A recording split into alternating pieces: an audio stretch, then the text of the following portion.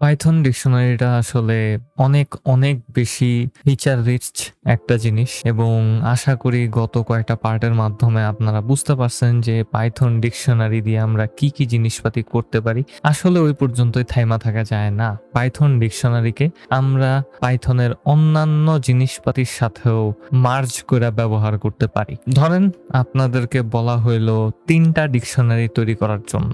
Let's say cat_1 is equals to একটা dictionary আমি এখানে তৈরি করব, যেটার ভেতরে নেমটা দিয়ে দিতে চাই আমি। সো একটা কোটেশনের ভেতরে নেম কিটা সেট করব এবং এটার ভ্যালু আকারে আমি সেট করে দিতে চাই নিজের নামটাকে। তো নেম হচ্ছে আমার নিজের নাম এবং আমি এটার কালারকে সেট করে দিব। আমি বারবার কোটেশন দিতে ভুলে যাই। কালারটাকে আমি সেট করে দিতে চাই অরেঞ্জে। তো অরেঞ্জে সেট করে দিলাম এবং আমি এই ডিকশনারিটাকে কপি করে নিব এবং কপি করে নিচে নিচে আরো 2বার পেস্ট করে দেব। সেকেন্ডটার নাম হবে cat2 এবং থার্ডটার নাম হবে cat3। নেমগুলো একটু চেঞ্জ করে দিতে চাই। লেটস সে এটার নাম দিয়ে দিলাম আমি টমি, অরেঞ্জ ক্যাটের বদলে এটাকে দিয়ে দিব আমি ব্ল্যাক ক্যাট। তারপরে cat3 এর জন্য আমি নেমটাকে সেট করে দিব ডগে এবং কালারটা সেট করে দিব ব্রাউনে। সো ব্রাউন কালার আমি এখানে সেট করে দিলাম।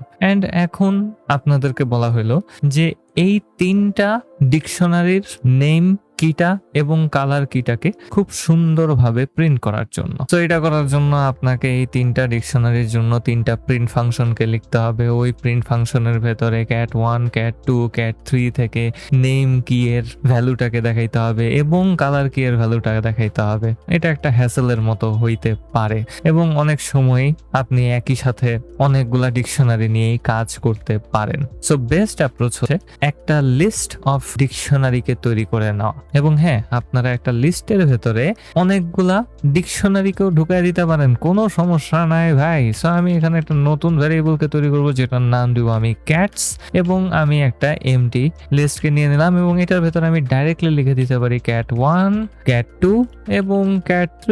এন্ড আমার এই ক্যাটস লিস্টের ভেতরে cat1, cat2, cat3 চলে আসছে। আমি যদি প্রিন্ট করে দেই ক্যাটস লিস্টটাকে এবং আমার এই নতুন ফাইলটাকে রান করি, টার্মিনাল ওপেন করে পাইথন স্পেস 17_nesting.py ফাইল নেমটা লিখে দিব। এন্টার প্রেস করলে আমরা দেখতে পারবো যে আমাদের কাছে একটা লিস্ট আছে, যেটার ভেতরে প্রত্যেকটা ক্যাটের ডিকশনারির ভ্যালুগুলো এখানে দেওয়া আছে উইথ দেয়ার কিজ এবং আমরা এখন ডাইরেক্টলি আমাদের এই ক্যাটস লিস্টের ভেতর দিয়ে লুপ চালাইতে পারি। So for cat in cats আমি যদি প্রিন্ট করে দেই আমাদের এই ক্যাট ভ্যারিয়েবলের ভেতরে কি আছে, তাহলে আমরা সুন্দরভাবে দেখতে পারবো নিচে নিচে আমাদের ক্যাট ভ্যারিয়েবলে একটা একটা করে ক্যাট ঢুকে যেতেছে এবং এখন আমরা প্রত্যেকটা ক্যাটের নেম এবং কালারকে সুন্দরভাবে প্রিন্ট করে দিতে পারি। আমাদের আর বারবার প্রিন্ট ফাংশন লেখার দরকার পড়তেছে না।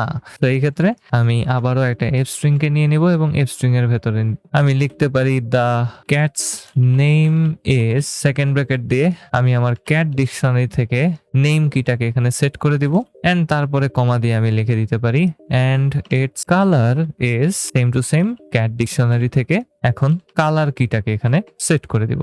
এন্ড আমি যদি এখন সুন্দরভাবে রান করে দেই তাহলে দেখতে পারবো এখানে the cat's name is Rishad and its colour is orange. নিজেকে অরেঞ্জ ক্যাট বলে দাবি করাটা আসলে ঠিক হইলো কিনা ওটা বুঝতে পারতেছি না। যাই হোক, ওটা আপাতত সাইডে রাখলাম। তারপরে টমির জন্য সবকিছু প্রিন্ট হয়ে গেছে এবং ডগ নামক ক্যাটের জন্য আমরা তার কালারটাকে এখানে প্রিন্ট অবস্থাতে দেখতে পারতেছি এবং এই ফুল প্রসেসটাকে বলা হয় নেস্টিং করা। যখন আপনি একটা জিনিসের ভেতরে আরেকটা জিনিসকে ঢুকায় দিবেন তখনই সেটাকে বলবে নেস্টিং করা। সো এই ক্ষেত্রে আমি একটা লিস্টের ভেতরে কয়েকটা ডিকশনারিকে ঢুকাই দিছি, এটাকে বলা হবে নেস্টিং করা। আপনারা যদি একটা ফর লুপের ভেতরে আরো কয়েকটা ফর লুপ লেখেন ওইটাকেও ফর লুপ নেস্টিং করা বলা হবে। ইফ স্টেটমেন্টের ভেতরে কয়েকটা ইফ স্টেটমেন্ট, ওইটাও আসলে কন্ডিশনাল নেস্টিং নামে পরিচিত। সো এক কথায় যখন আপনি একটার ভেতরে অন্য আরো কিছু অ্যাড করবেন তখন সেটাকে বলা হবে নেস্টিং। এবং আমরা যে এখানে একটা লিস্টের ভেতরে ডিকশনারিকে ঢুকাইলাম, আমরা ঠিক এটার উল্টা কাজটাও করতে পারি। আমরা ডিকশনারিতে লিস্ট ঢুকাইতে পারি, কোনো সমস্যা নাই। আমি একেবারে নিচে চলে আসব এবং এখানে আমি নতুন একটা ডিকশনারিকে তৈরি করব, যেটার নাম দিব আমি ফুড এবং এই ডিকশনারিতে আমি কিছু ফুডের নামকে কি আকারে সেট করব এবং তাদের ইনগ্রেডিয়েন্ট গুলোকে একটা লিস্টের ভেতরে ঢুকিয়ে দিতে পারি। আমাদের স্ট্রাকচার ঠিক আগের মতোই থাকবে। সো সেকেন্ড ব্র্যাকেট দিব, এন্টার প্রেস করে আমরা পরবর্তী লাইন থেকে আমাদের লেখালেখি শুরু করতে পারি। সো এই ক্ষেত্রে লেটস সে আমি পিৎজা খাইতে চাই এবং আমি পিৎজা বানান ভুল করছি। Very nice Rishad, you can program. এবং পিৎজার টপিং কি কি হইতে পারে? অবশ্যই মাশরুমস হবে এবং আমি জানি না মাশরুমস বানানো আমি ঠিক লিখছি কিনা। তারপর আমি এখানে দিয়ে দিতে পারি চিজ বানানো আমি জানি না, হ্যাঁ এটা আমি ঠিক লিখছি। মাশরুম বানানো আমার জানা উচিত, বাট আমি জানি না ঠিক লিখছি কিনা। চিজ বানানো আমি অ্যাকচুয়ালি জানি না, কিন্তু আমি শিওর যে আমি এই জায়গায় ঠিকঠাক ভাবে চিজ লিখছি। তারপরে এখানে আমি দিয়ে দিতে পারি chicken or something like that, অথবা এখানে পাইনাপল দিল সে হইতো। সো পাইনাপল, আমি পাইনাপল বানানো পারুম কিনা জানি না। সো আমি টাইপ করতে পারি বয়স, বুঝতেই পারতেছেন, দেখতেই পারতেছেন যে কত জিনিসপাতি ভুল করতেছি। এবং তারপরের লাইনে আবারও আমি নতুন একটা কি নিতে পারি, যেখানে আমি দিতে পারি বার্গার। এবং বার্গারের জন্য আমি আবারও একটা লিস্টকে সেট করে দিতে পারি, যেটার ভেতরে আমি ইনগ্রেডিয়েন্টস গুলো রাখবো। সো বার্গারের জন্য লাগবে বানস, তারপর আমি ওটার ভেতরে বিফ ঢুকাই দিতে পারি। আমি একটা বিফ বার্গার খাইতে চাইতেছি এমন ভাবে। মেয়োনিজ অবশ্যই লাগবে, সো মেয়ো ঢুকাই দিলাম। সস আপনারা যা মনে চায় তা এখানে অ্যাড করতে পারেন, আমার ঢুকানোর কথা আমি ঢুকাই দিছি। এবং আপনারা এখন এই ডিকশনারি থেকে কি অনুযায়ী ইনগ্রেডিয়েন্টস গুলোকে ভ্যালু আকারে ডাইরেক্টলি পাওয়া যাবেন। So let's see same to same process for I in food. দেখি আমাদেরকে কি দেওয়া হয়। আমি আইটাকে প্রিন্ট করে দিতে চাই এবং আমি যদি এখন আবারও রান করি তাহলে দেখতে পারবো যে আমাদেরকে দেওয়া হইতেছে কিগুলো, যেটা বাই ডিফল্ট যখন আপনি কোনো একটা ডিকশনারির ভেতর দিয়ে লুপ চালাবেন আপনাকে ডাইরেক্টলি কিগুলোকে দিয়ে দেওয়া হবে। তার মানে আমি পিৎজা এবং বার্গারকে আয়ের মাধ্যমে পাই যাই। তো আপনাকে যদি এখন বলা হয় যে আপনার এই ফুডস মেনুতে, এটার নাম ফুড না দিয়ে আমি এটার নাম দিতে পারতাম মেনু, তাইলে আর একটু সুন্দর লাগতো। সো আমি ফুডটা চেঞ্জ করে এটার নাম দিয়ে দিই মেনু। তো মেনু থেকে ধরতে গেলে আমি প্রত্যেকটা ফুডকে আয়ের ভেতরে পাওয়া যাইতেছি এবং আমি যেহেতু প্রত্যেকটা কিকে আইতে পাইতেছি সেহেতু সুন্দরভাবে আমি ওই কি অনুযায়ী তার ভ্যালুগুলোকে নিয়ে আসতে পারি। তো আমি জাস্ট ডাইরেক্টলি এখানে লিখতে পারি মেনু থেকে আমাকে আই কি এর ভ্যালুগুলোকে দাও। এন্ড আমি যদি এখন রান করে দিই তাহলে দেখতে পারবো আমাকে পুরো লিস্টটাই ফেরত দেওয়া হইতেছে। তো এটাকে একটু সুন্দর সাজানো গোছানো উপায়ে নিয়ে আসা যাক। আমি চাই যেন খুব সুন্দরভাবে লেখা থাকে the ingredients of this food এবং তার নিচে লাইন বাই লাইন ওই ইনগ্রেডিয়েন্টস গুলো লিস্ট আউট করা থাকবে। ওইটা আমরা কিভাবে করতে পারি? সো প্রথমত আমি মেনু থেকে ফুড গুলাকে বের করে নিতে চাই। তো মেনু থেকে ফুড গুলোকে এখানে নিয়ে আসলাম এবং আমি একটা মেসেজ লিখবো, একটা স্ট্রিং কে নিয়ে নেব যেটার ভেতরে আমি লিখবো দ্য ইনগ্রেডিয়েন্টস। আমি জানি না ইনগ্রেডিয়েন্টস বানানো আমি পারবো কিনা। ইনগ্রেডিয়েন্টস অফ সেকেন্ড ব্র্যাকেটের ভেতরে আমি ফুডটাকে লিখে দিতে পারি এবং লেটস সি আমাদেরকে সুন্দরভাবে দেখানো হইতেছে রান করার পর the ingredients of pizza, the ingredients of burger. এবং আমরা এখন আরো একটা ফর লুপ চালাইতে পারি এই পুরো লিস্টের প্রত্যেকটা এলিমেন্টের ভেতর দিয়ে যাওয়ার জন্য। সো আমরা কি করব, এখন আমরা টাইপ করতে পারি সো ফর ইনগ্রেডিয়েন্ট ইন, আমি এখানে ফর লিখতে ভুলে গেছি, ভেরি নাইস, ফুড। এবং আমি যদি এখানে ফুড লিখে দেই তাহলেই সেটা কাজ করবে না, এটা আপনাদের অবশ্যই মাথায় রাখতে হবে। মোস্ট অফ দ্য টাইম যখন আপনারা প্র্যাকটিস করবেন আমি শিওর যে আপনারা এই ভুলটা করবেন, যে আপনারা বারবার ভাববেন ও আমার কাছে তো ফুড যেহেতু নামটা আইছে তার মানে আমার পুরা লিস্টটাও এখানে চলে আসছে অথবা ভ্যালুটা চলে আসছে। না, এটা কখনো হবে না। আপনাকে অবশ্যই ওই ডিকশনারির কি থেকে ভ্যালুটাকে বের করতে হবে।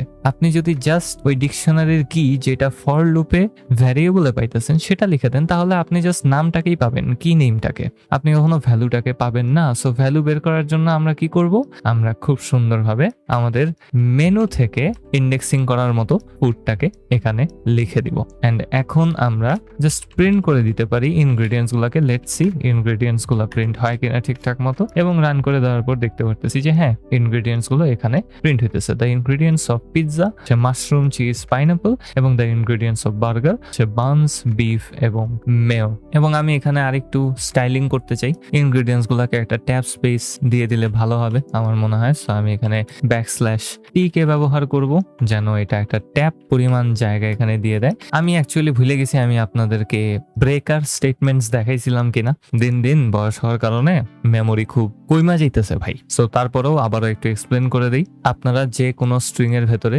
যদি ব্যাকস্ল্যাশের পর টি দেন তাহলে অটোমেটিক্যালি ওই স্ট্রিং এ ট্যাব পরিমাণ স্পেস দিয়ে দেওয়া হবে। আপনারা এখানে ব্যাকস্ল্যাশ এন ব্যবহার করতে পারেন নতুন লাইন দেখানোর জন্য।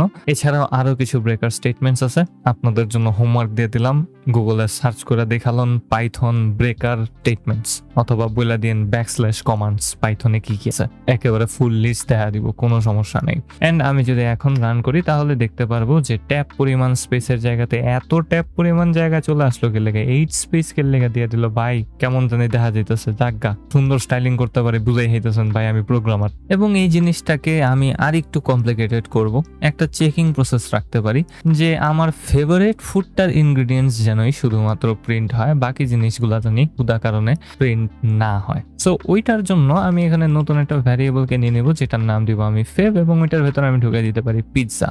এবং এখন আমি চাই শুধুমাত্র আমার ফেভারিট ফুডের ইনগ্রেডিয়েন্টস গুলো যেন দেখানো হয়। তো এই ক্ষেত্রে ফর লুপের ভেতরে আমি সিম্পলি চেক করব if food is equals to আমার ফেভারিট ফুড কিনা। যদি আমার ফেভারিট ফুড হয় তাহলে সুন্দরভাবে প্রিন্ট করো আমার ফুডের ইনগ্রেডিয়েন্ট গুলোকে, আর যদি না হয় তাহলে কিছুই হবে না। এন্ড এখন যদি আমি রান করি তাহলে দেখতে পারবো যে সুন্দরভাবে আমাকে শুধুমাত্র পিৎজার ইনগ্রেডিয়েন্ট গুলোই দেখানো হইতেছে। এন্ড ফাইনালি আমরা ডিকশনারিতে আরেক ধরনের নেস্টিং করতে পারি, সেটা হচ্ছে ডিকশনারির ভেতরে ডিকশনারি নেস্টিং করা। ওকে, হোয়াই নট।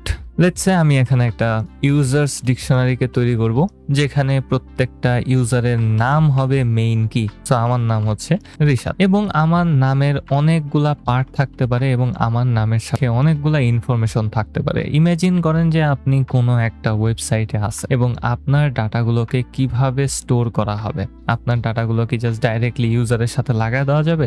না, সেটার একটা ভালো ফরম্যাট থাকতে হবে, এবং ডিকশনারি জিনিসটা ওই ফরম্যাটটাই আপনাকে দিবে, সুন্দর সাজানো গোছানো একটা ফরম্যাট। তো এই ক্ষেত্রে আমি এখানে ধরতে গেলে একটা ছোটখাটো ইউজার ডাটাবেজের মতো দেখানোর চেষ্টা করতেছি এবং ফরম্যাটটা আপনাদেরকে দেখানোর চেষ্টা করব। সো এই ক্ষেত্রে আমি আমার নামকে লিখে দিছি এবং এইটার ভেতরে আমি চাই আমার ফার্স্ট নেমটা থাকুক, লাস্ট নেমটা থাকুক, আমার লোকেশন থাকুক, আমি কতগুলো পোস্ট করছি সেগুলো যেন এখানে থাকে। এবং ওইটার জন্য আমরা কোনো অ্যারেকে ব্যবহার করব না, আমরা ডাইরেক্টলি আমাদের ইউজারের নামটাকে কি আকারে সেট করে এখন নতুন আরেকটা ডিকশনারিকে ভ্যালু আকারে সেট করে দিতে পারি, যেটা আমাদের ইউজারের ইনফরমেশনকে রিপ্রেজেন্ট করবে। সো এই ক্ষেত্রে আমি এখানে ফার্স্ট নেমকে নিয়ে নিতে পারি। সো ফার্স্ট কোলন দিয়ে আমি ভ্যালু সেট করে দিব রিশাদ। আমি তারপর নিয়ে নিতে পারি আমার লাস্ট নেমের জন্য লাস্ট নামক একটা কিকে, যেটাতে আমি সেট করে দিতে পারি আমার লাস্ট নেম হচ্ছে তালুকদার। এন্ড তারপর আমি লোকেশনটাকে সেট করতে পারি, লোকেশন হবে ঢাকা। এন্ড দেন আমি চাইলে এখানে আমার পোস্ট কাউন্ট কেও শেয়ার করতে পারি। সো পোস্ট কাউন্ট কোলন দিয়ে আমি সেট করে দিতে পারি 100-তে। এবং এখন এই সেম জিনিসটাকে আমি পুরোপুরি কপি করে ঠিক এর নিচে পেস্ট করে নতুন একজন ইউজারের ইনফরমেশনকে স্টোর করতে পারি। সেটা যে কেউ হইতে পারে, লেটস সে টমি। ওইটার ফার্স্ট নেমটা আমরা সেট করতে পারি, যেটার নাম হবে টম, লাস্ট নেম হবে মি। নাইস। এন্ড তারপর আমি লোকেশনটাকে সেট করে দিতে পারি, let's say Dhaka, post count হচ্ছে 169, হোয়াট এভার ইট ইজ। এবং আমরা এভাবে আরো অনেক ইউজারের ইনফরমেশনকে জাস্ট আমাদের এই ডিকশনারিতে সেভ করে নিতে পারি। এবং আমি যদি আপনাদেরকে বলি যে ভাই হ্যাঁ, এখন তাহলে প্রত্যেকটা ইউজারের ভেতর দিয়ে যাও এবং তাদের ইনফরমেশন গুলোকে সুন্দর সাজানো গোছানো উপায়ে প্রিন্ট করে দেখাও, আপনারা কি সেটা পারবেন? স্টেপ বাই স্টেপ যাব। আমরা যত বেশি নেস্টিং করব তত আমাদের কোড বুঝার এবিলিটি কমতে থাকে, এটাই স্বাভাবিক। সো এটা দেখা ভয় পাওয়ার কিছু নাই। প্রথম জিনিস, আমরা একটা ফর লুপ চালাবো আমাদের ইউজারের ভেতর দিয়ে। So for user in users, আমরা প্রথমে দেখবো যে আসলে ইউজার্সে কিছু আছে কিনা। সো আমি ইউজার্স লিখছি, ওয়াও, ভ্যারিয়েবল নেম ইউজার্স এর জায়গায়, ভেরি নাইস। তো আমি ইউজার গুলোকে প্রিন্ট করে দিতে চাই। লেটস সে আমাদেরকে কি দেওয়া হয়, আমাদের ইউজারের নেম গুলো দেওয়া হয়েছে, যেগুলো হচ্ছে বাই ডিফল্ট আমাদের ডিকশনারির কি। এই জিনিসটা যদি আপনারা বুঝতে পারেন তাহলে ডিকশনারি বোঝাটা কোনো ব্যাপারই না, যে আপনি কখন কি নিয়ে কাজ করতেছেন, কখন ভ্যালু নিয়ে কাজ করতেছেন। সো যেহেতু আমাদের কাছে কি আছে, তার মানে আমরা ভ্যালু গুলোকে পাইতে পারি। সো ভ্যালু গুলোকে পাওয়ার জন্য আমরা কি করব, আমাদের ডিকশনারিতে ঢুকবো এবং সেখানে ইন্ডেক্স আকারে পাস করে দিব আমাদের ইউজার ভ্যারিয়েবলটাকে।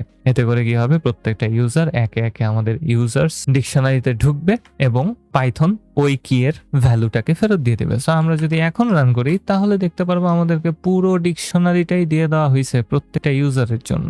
এন্ড যেহেতু প্রত্যেকটা ইউজারের জন্য ডিকশনারি দিয়ে দেওয়া হয়েছে সেহেতু আমরা এখন এই সেম জিনিসটাকে ব্যবহার করে ইউজার ইনফরমেশনটাকেও বের করে নিতে পারি। So for user underscore info in, আমাদের ইনফরমেশনটা আসতেছে কোথায় থেকে?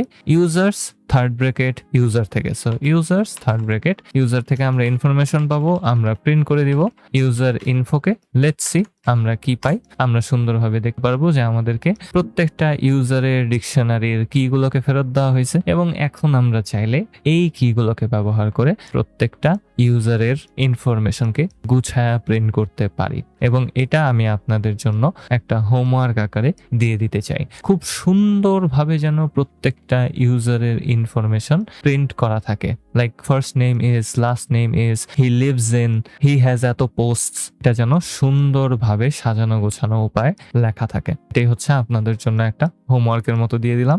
ভাই প্র্যাকটিস করতে হবে, অনেক বেশি প্র্যাকটিস করতে হবে। যত বেশি প্র্যাকটিস করবেন তত ভালোভাবে আপনারা এই জিনিসগুলো আয়ত্ত করতে পারবেন। আমি অনেক বেশি প্র্যাকটিস করছিলাম, এর লেগে আমার কাছে খুব ফুরফুরায় পার হয়ে যেতেছে সবকিছু, কিন্তু আপনাদের জন্য এটা ফুরফুরায় পার হবে না। সো এখনই ভিএস কোড ওপেন করেন, একটা ডিকশনারি তৈরি করেন, ওই ডিকশনারির ভেতরে লিস্ট দেন, লিস্টের ভেতরে আরো ডিকশনারি অ্যাড করেন অথবা ডিকশনারির ভ্যালু আকারে ডিকশনারি সেট করেন, ওই ডিকশনারির ভেতরে লিস্ট দেন, ইচ্ছা মতো নেস্টেড অবস্থাতে একটা ডিকশনারি তৈরি করেন এবং দেখেন যে আপনি সেখান থেকে যেই ভ্যালুটাকে চান সেটাকে খুঁজে পাইতেছেন কিনা। যত ভালোভাবে আপনারা প্র্যাকটিস করবেন তত দ্রুতই আপনারা এটার আয়ত্ত নিতে পারবেন। সো আশা করি আপনারা নেস্টিং জিনিসটা বুঝতে পারছেন এবং এটাকে আমরা পরবর্তীতে আরো ডিপলি কাজে লাগাবো বিভিন্ন ধরনের কাজে। অবশ্যই হোমওয়ার্ক গুলো করে ফেলার চেষ্টা করবেন। আমি প্রত্যেকটা ফাইলেই আপনাদের জন্য একটা হোমওয়ার্ক অ্যাড করে দেই এই সকল জিনিসগুলো প্র্যাকটিস করার জন্য। অবশ্যই প্র্যাকটিস করবেন, প্র্যাকটিস না করলে কিন্তু হইব না ভাই, হইতো না। যদি প্র্যাকটিস না করেন তাহলে হইতো না, ঠিক আছে? প্র্যাকটিস করতে হবে। আশা করি আপনাদের এই জিনিসপাতিগুলা মাথায় ঢুকছে। যদি ঢুকা থাকে তাহলে একটা লাইক করেন, একটা কমেন্ট করেন, একটা সাবস্ক্রাইব করেন, কারণ সাবস্ক্রাইব করলে আমার ভালো লাগে, আমার মনে শান্তি লাগে। এখন আমি জায়গা।